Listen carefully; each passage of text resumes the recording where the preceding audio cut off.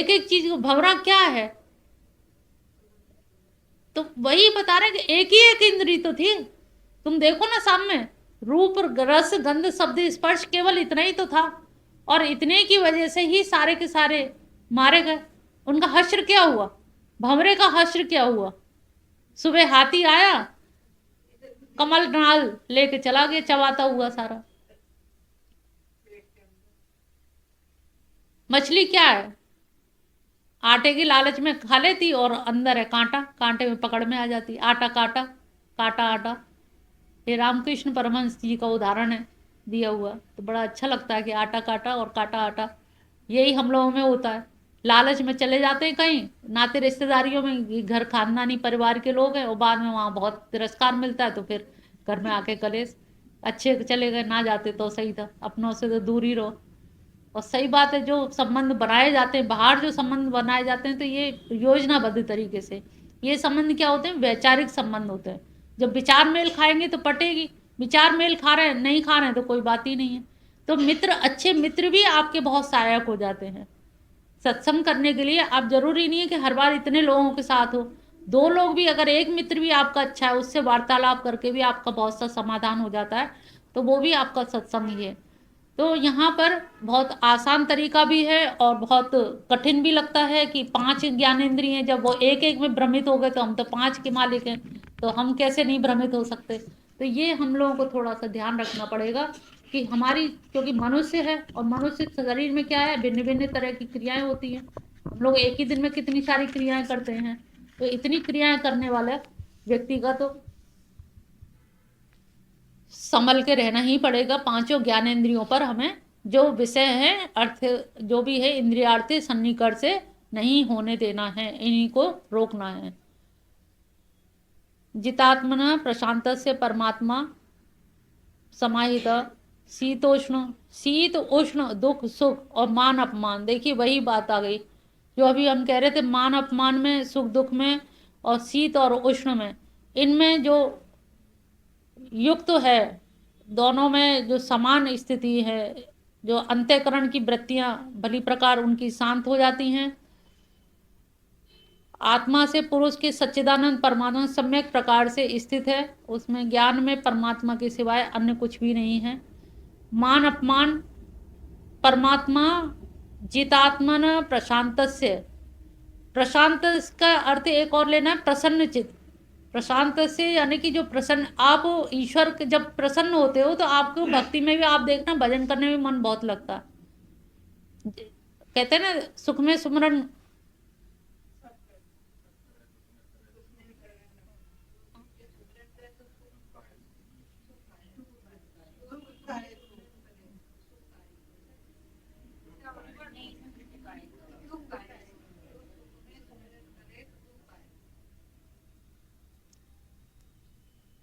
लेकिन यहाँ कभी देखिए, जब आपका मन बहुत प्रसन्न है और कोई कलेश नहीं है, घर में कोई वो नहीं है, सब जगह शांति है, तो ऐसी शांत अवस्था में आपका भजन अच्छा चलेगा।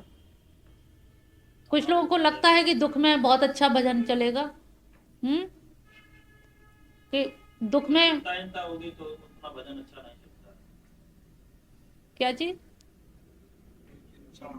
हाँ, चिंता में होता क्या है ना, लगता है कि हम दुख में स्मरण करेंगे, और दुख का जो स्मरण होता है ना, उसमें स्मरण कम, दुख ज्यादा महसूस होता है।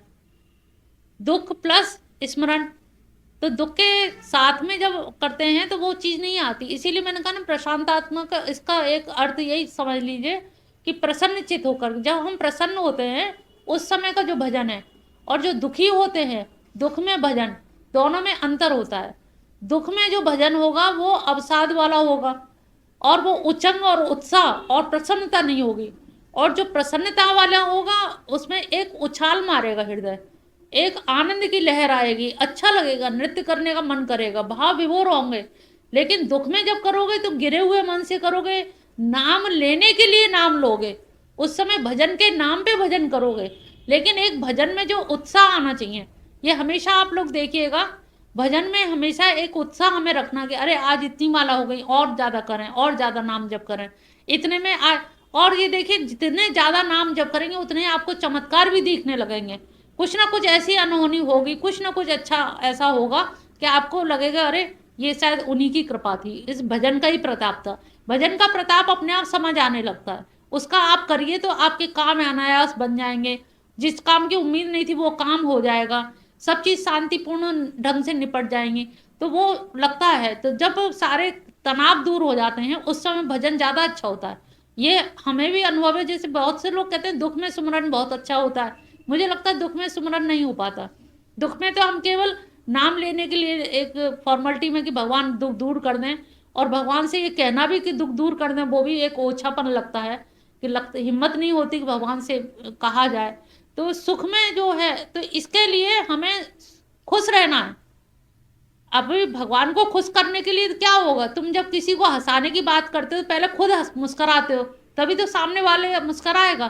कभी ऐसा है कि तुम रो रहे हो सामने वाला मुस्कराए, या तुम रोते हुए किसी को क्या आंसू दुखी दोगे। तो भगवान का भजन करने के लिए हमें प्रसन्न आत्मा रहना है, प्रसन्न चित्त रहना है। जितने प्रसन्न चित्त रहेंगे उतना ही भजन अच्छा होगा और उतना ही उत्साह में होगा। और भजन की ये पहचान है कि उत्साह वर्धन होता है इसमें, जितना उत्साह वर्धन होगा उतना ही भजन अच्छा होगा। तो भगवान की भक्ति के लिए कभी ये ना सोचें कि हम मतलब परेशानी होगी दुख होगा तब याद कर लिया जाएगा भगवान का। सभी दुख में सुमरन करते हैं, हमें सुख में प्रसन्नता में उच्छाल में और अच्छे भाव में उनका स्मरण करना है। ज्ञान विज्ञान तृप्तात्मा कूटस्थो विजितेन्द्रिय युक्त इत्युच्यते योगी समलोष्ठ कांचन। सम, या फिर सम स्थिति आ गई।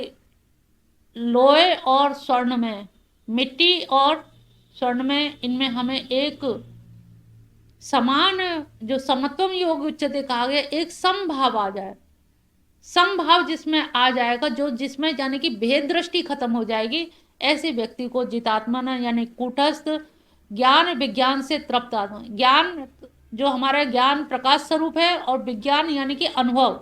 जब हम ज्ञान को अनुभव के द्वारा सिद्ध कर देते हैं कि हाँ ये जो ज्ञान है ये बातें ऐसी नहीं है, जैसे अभी हमने कहा कि प्रसन्न मन से भजन करेंगे, तो उसका तो इसमें क्या है, एक अनुभव जुड़ गया कि हमने भी ऐसे करके देखा है। तो ज्ञान जो शास्त्रों में विदित है, जो कहा गया है, और उसी ज्ञान का जब अनुभवजन्य प्रतीति उसके साथ जोड़ दी जाती है कि हमें भी ऐसा ऐसा अनुभव हुआ है, तो वो क्या हो गया, ज्ञान और विज्ञान।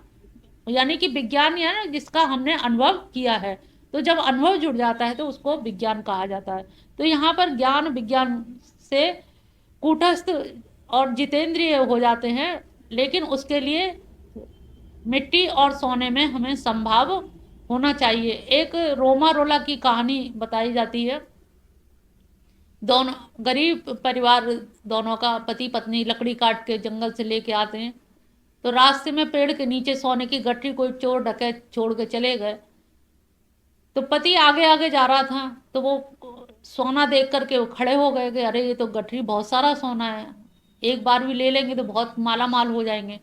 उन्होंने कहा मैं तो खैर नहीं लूँगा, मैं तो पुरुष हूँ, समझदार हूँ, कहीं मेरी पत्नी में ना ऐसा हो जाए, क्योंकि ज़्यादातर जन लोगों की धारणा ऐसी है कि महिलाओं को सोना बहुत पसंद है, सोने के बिना रह नहीं पाती हैं। तो उन्होंने कहा कि मेरी पत्नी भ्रमित हो जाएगी, इसीलिए वो वहाँ जाके खड़े हो गए। तो उन्होंने कहा कि अरे आप यहाँ खड़े कैसे हैं, आगे चलते। कह रहे अरे भगवान में चलता क्या, ये सोने के जेवर की गठरी है, मुझे लगा कि तुम्हारा मन ना कहीं लालायित हो जाए और तुम उठा लोगी तो हमारा ईमान चला जाएगा, धर्म भ्रष्ट हो जाते, इसलिए मैं यहाँ खड़ा हूँ तुम्हें बता दूँ कि।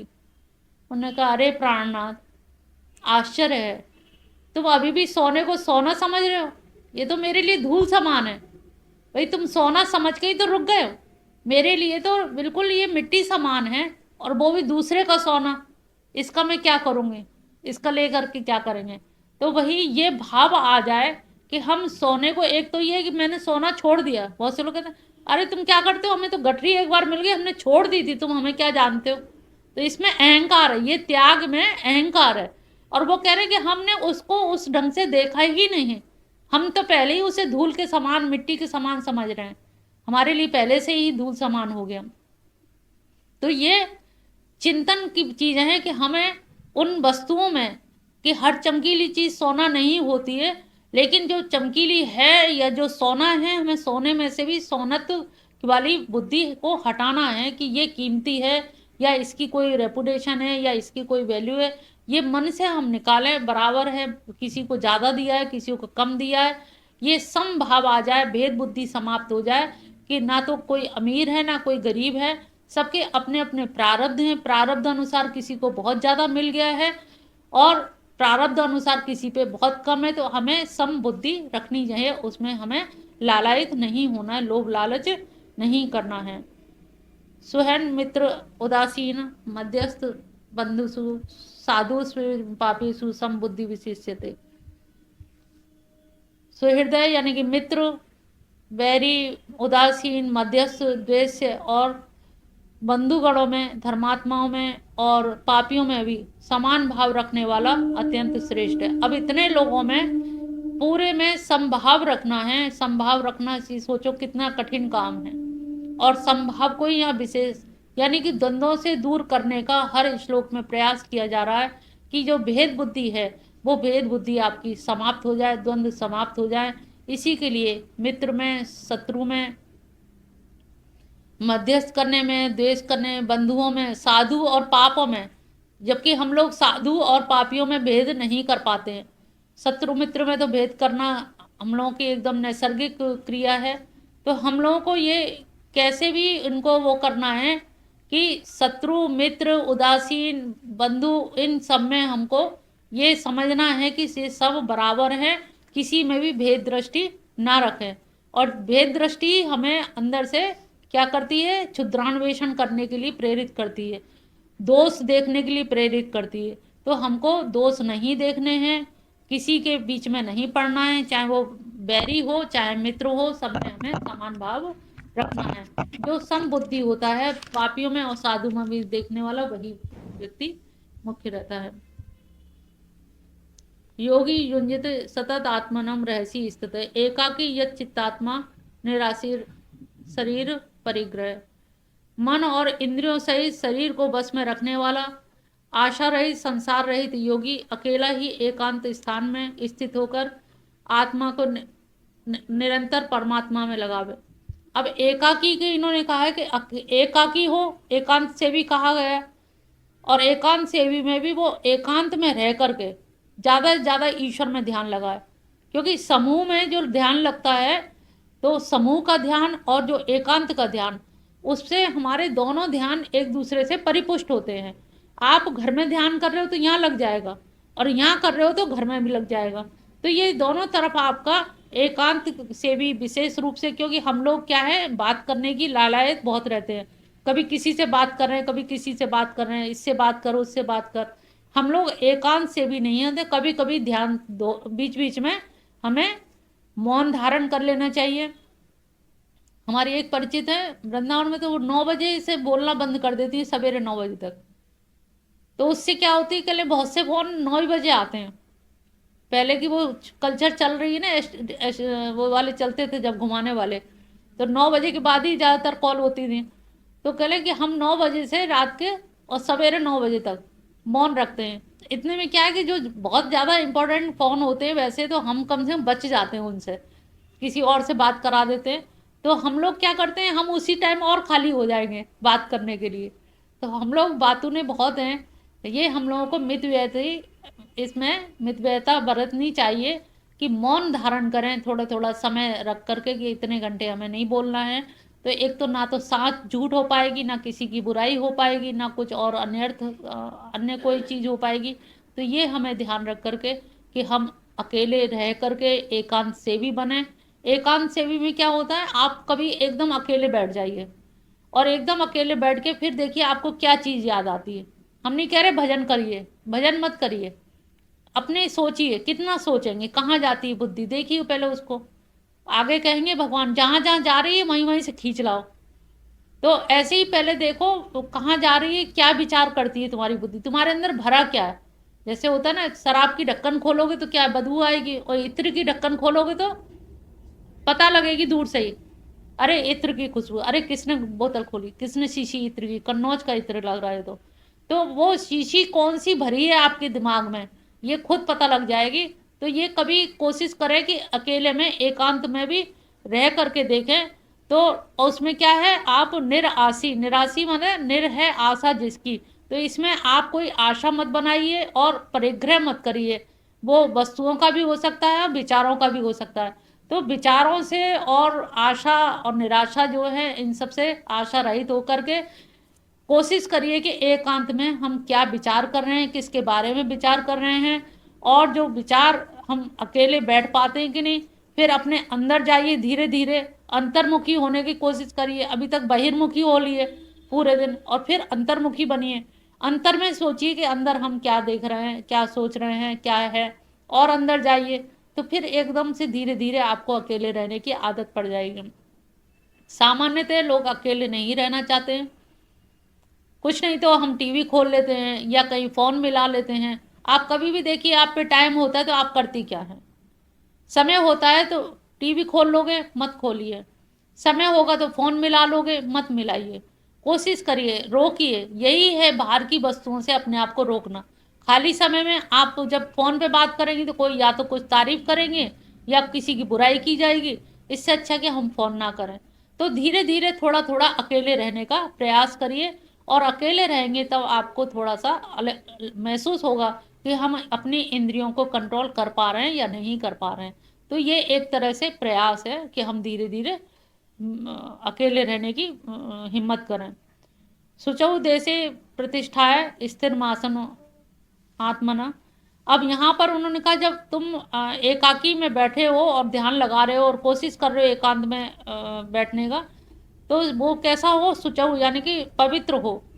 और पवित्र होगा तो उस पर ना तो बहुत ऊंचा आसन हो और ना बहुत नीचा हो।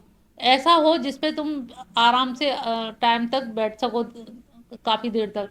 तो यहाँ पर आसन पर विशेष उन्होंने ध्यान दिया है कि हमारा जो आसन हो वो ऐसा हो, ऐसा ना हो कि डर लगा रहे आसन पे ही। मेन बात जो हमने बताया ना, केवल ध्यान की है। आपका मन कहाँ है, बस जब भी बैठो ये पूछ लो अपने आप से कि मेरा मन कहाँ है, तू मन कहाँ घूम रहा है, तू कहाँ पर है, बस ये देख लो। क्योंकि यहाँ पर भगवान कृष्ण की पूरी भक्ति में, उनकी सेवा पूजा में केवल मन की अहम भूमिका है। मन के ही हारे हारे, मन के जीते जीत। मन से ही बार बार पूछो कि तू कहाँ है, मन को ही देखना है। और मन ही आपको पार लगाएगा और मन ही आपका शत्रु बनेगा। अंत मति सगति, अंत में भी मति काम करेगी। मति का यहाँ पर मतलब अंतिम मति में बुद्धि का मतलब नहीं है, भाव का मतलब है। क्योंकि केवल पहले इंद्रियां, कर्म मर जाता है, कर्मेंद्रियां मर जाती हैं, फिर ज्ञानेंद्रियां मर जाती हैं, फिर विचार बुद्धि, मन बुद्धि मर जाते हैं, केवल भाव ही रह जाते हैं। तो अंतिम काल में भाव और कृष्ण का भाव बना रहेगा, तो वो अंत काल में भी तुम्हारे काम आएगा। तो ये कोशिश करो कि हमारे भाव जो है बना रहे, भाव समाप्त ना हो। कृष्ण भाव, भाव से ही भजन, भाव से ही सुमरन होता है, भाव की ही प्रधानता है। तो हमारी बुद्धि मारी जाए, मन मारा जाए, लेकिन हम कैसे भी भाव जगत में भगवान के ही भाव से बनाए रखें अपने आप को। ये हम सभी को ध्यान रखना है कि हम विचार में या क्षुद्रान्वेषण में या अन्य चीज़ों में बहुत ध्यान ना दें। ये ना देखें कि दिन है कि रात है, उनका अनवरत ध्यान चलता रहे। बिल्कुल भी ध्यान मत देना कि हम नहाए नहीं हैं तो कैसे ध्यान करें, कैसे उनका नाम लें। मन से नाम लेना है, मन हमेशा अंतःकरण को शुद्ध करना है। वहाँ पे काम वासना, क्रोध, लोभ, मोह इनको त्यागना है। और यहाँ बार बार उन्हीं को त्यागने का जोर दिया गया है। और काम वासना, लोभ, मोह सब त्याग दिया जाएगा तो निश्चित जानिए कि वो फिर लोभ मोह सब त्याग दिया जाएगा तो अंतःकरण अपने आप शुद्ध हो जाएगा। और अंतःकरण शुद्ध हो गया तो ऐसे अंतःकरण शुद्ध होने से फिर हमें कहीं कोई समस्या नहीं होगी। अनवरत उनका भाव जगत में हमारा विश्राम बना रहेगा। हमारी बुद्धि जो विश्राम कहाँ ले, इनके चरणों में, इनके भाव में। जब इनके चरणों में विश्राम लेगी तो वहाँ पर हमारे जीवन की सार्थकता सुलभ हो जाएगी, हमारा जीवन सार्थक हो जाएगा। बोल बंसी वाले की जय। अध्याय 6 में हम लोग अध्ययन कर रहे थे। छठे अध्याय के 11वें श्लोक में आसन की व्यवस्था बताई कि शुचि, इतने पवित्र स्थान हो और पवित्र स्थान क्यों हो आसन के लिए, रेशमी वस्त्र हो या ऊनी वस्त्र, ये बताया था। लेकिन इसके साथ साथ शुचिता भी होनी चाहिए। कैसी शुचिता? जैसे किसी जगह कोई व्यक्ति, कुछ गंदे विचारों वाला व्यक्ति गया और उसी जगह पे आप बैठ जाओगे तो आपके अंदर भी वैसे ही दुर्गुण और वैसी ही विचार भावना आने लगेगी। इसीलिए आसन हमेशा अपने आसन पे जोर दिया गया है कि तुम जहाँ बैठो देख करके बैठो, और अपना छोटा सा चाहे रेशमी कपड़ा हो या ऊनी कपड़ा हो वो बिछा के बैठें। क्योंकि जो व्यक्ति नेगेटिव विचार वाला गया होगा तो नेगेटिव आदमी अपने विचार वहीं छोड़ जाता है। बताया ना, आप सत्संग पे क्यों जोर दिया जाता है? सत्संग में हम सब लोग जब भजन कीर्तन करते हैं, हम सभी लोगों की जो ऊर्ध्वगामी वाइब्रेशन उठती हैं वो वाइब्रेशन हमारे इस कमरा आकाश में व्याप्त हो जाती हैं। और फिर जब कभी तुम आओगे तो तुम्हें एकदम परम शांति सी अनुभव होगी। जो चीज़ हमें घर में महसूस नहीं होती, ये जो घर के मंदिर में जो शांति मिलती है उसी घर में नहीं मिल पाती। बेडरूम में या ड्राइंग रूम में या कोई व्यक्ति कैसा आया है उसकी वैसे ही भावना आएंगी, उसकी नेगेटिव या पॉजिटिव वाइब्रेशन। क्योंकि विचार कभी मरता नहीं है, अक्षर नित्य होता है, वो विचार रूप में वो व्यक्ति वहाँ छोड़ जाता है। इसीलिए सत्संग का जोर दिया गया। सत्संग यही नहीं होता कि कोई प्रवचन करे, अच्छे लोगों का संग। बुरे लोगों का संग करोगे तो दुर्विचार ही आएंगे। तो हमें सत्संग का मतलब है जो हमारे सहपाठी हैं, जो हमारे फ्रेंड सर्किल है, जो हमारे अड़ोस पड़ोस हैं, अच्छे लोगों से संबंध रखिए। अगर नहीं अच्छे लोग तो मत संबंध रखिए, फिर स्वाध्याय करिए, जाप बढ़ा दीजिए। अगर आपकी हानि हो रही है, कोई चुगली कर रहा है, कोई किसी की बुराई करता है, हमेशा जब बुराई ही करता है तो फिर आपको सुनने के हकदार हैं और उतना ही पाप आप पे पड़ेगा जितना करने वाला कर रहा है। बुराई करने वाला और बुराई सुनने वाला दोनों पे बराबर ही पड़ेगा। क्योंकि श्रोता ना होता तो वो किससे बुराई करता। तो कभी भी आपको ये लग रहा कोई बुराई कर रहा है तो अपने कृष्ण की चर्चा शुरू कर दें कि हमारा मन विचलित ना हो या उसकी बातों को हम भुला दें। जब हम मोबाइल पे फोन पे भी हम ये ध्यान रखें कि हमें किससे बात करनी किससे नहीं करनी, जिससे हमारा सत्संग यानी कि अच्छे विचार ऊर्ध्वगामी हो। अग्नि क्या होती है? माचिस की तीली जलाओगे तो क्या होगे? हमेशा ऊपर की तरफ। तो हमें भी अपने विचार ऐसे रखने कि वो ऊपर की तरफ हों, क्योंकि बहुत आयु बीत गई है और अभी भी हम नहीं संभले। अगर नहीं हमने ध्यान दिया तो ये हमारी हानि कब की होगी? एक जन्म की नहीं, जन्म जन्म लुढ़क जाओगे। तुम ऊपर से लुढ़के या फिसले तो कहीं ठहरोगे नहीं, सीधे नीचे जाओगे गर्त में, पाताल लोक में। तो अब हमें एक एक दिन बहुत संभाल के चलना है। एक दिन फिर हमें सुबह भी संभाल लिए, दोपहर भी संभालनी है, शाम को भी। अक्सर लोग कहते हैं सुबह सुबह ऐसी बात मत करो, यानी कि दोपहर में कर सकते हैं। हमें तीनों टाइम अपने आप पे ऐसी नियुक्ति करके रखना है कि कोई भी विचार हमारा गड़बड़ ना आ जाए, कोई भाव गड़बड़ ना आ जाए। ये हमें सुबह दोपहर शाम जब हम अपने आप को आत्मनिरीक्षण करेंगे तब फिर हमें ये वाइब्रेशन भी पता लगेंगे। और ये जितना आप ध्यान करोगे उतना ही आपकी तीव्रता हो जाती है कि हाँ ये आदमी कैसा है, इसकी पॉजिटिव वाइब्रेशन थी या नेगेटिव।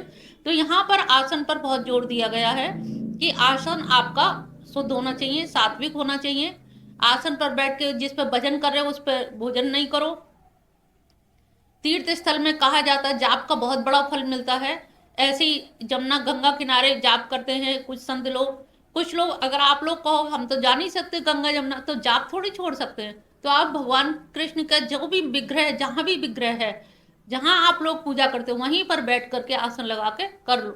या और कोई समय के लिए दूसरे माला झोली रख लो, उसको फिर दूसरी कुर्सी पे बैठ के दिन में करते रहो। क्योंकि हमें पूरा करना है, कैसे हमारे जीवन का हर पल भगवान के निमित्त जाए। तो ये मत सोचो हमने खाना खाने से पहले इतना कर पाए, अब खाना खा लिया अब नहीं करेंगे। तो ये देह भी तो भगवान की है, सारा कुछ उनको चढ़ा दो। ये देह, मन, बुद्धि, इंद्रिय सब आपको समर्पित है।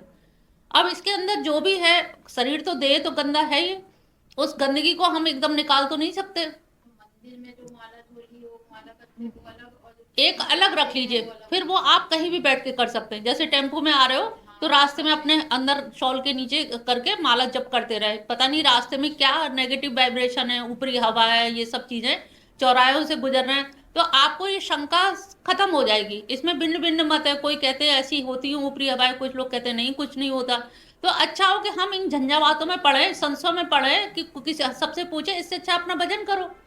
माला झोली एक रख लो और उसे माला, जब तुलसी की माला हाथ में रहेगी या सुमरनी हो तो उससे आपका काम चलता रहेगा। तो आप कहीं भी जा रहे हो एक माला ऐसी रखें, तुलसी की छोटी सी सुमरनी ले लें जो हाथ में पहन लें, अगर वो नहीं है तो माला झोली रख लें। जहां भी जा रहे हो उसको आप जाप नहीं भी कर रहे हो तब भी तुलसी है।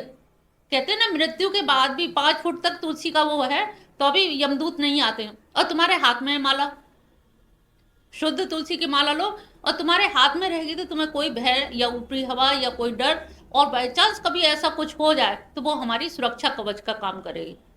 तो जाप कर रहे हो तो कर ही रहे हो, लेकिन एक माला इस तरह की बना लो आने जाने की। जहां भी जा रहे हो भगवान को नमन करके निकलो, भगवान के मंदिर में आ जाओ, फिर नमन, और बीच रास्ते में आपका स्मरण, भले ही दुनिया देख रहे हो, ये नहीं कि मन लगा के नहीं, मन नहीं, आपके हाथ में सुमरनी है और आपका हाथ से वो चल रहा है, तो ये आपको ध्यान देना है कि हमारी सुमरनी जो है चलती रहे, उनका सुमिरन चलता रहे। वो हाथ में रहेगी तो आपका स्मरण बना रहेगा, आप फिर भूलोगे नहीं और आपका स्मरण बना रहेगा। तो हमारा बेसिक क्या है कि भगवान का संग बना रहे किसी भी तरह से, है तो सही वो साथ में अंदर हैं, लेकिन हम उनकी अभिव्यक्ति नहीं होने देते हैं।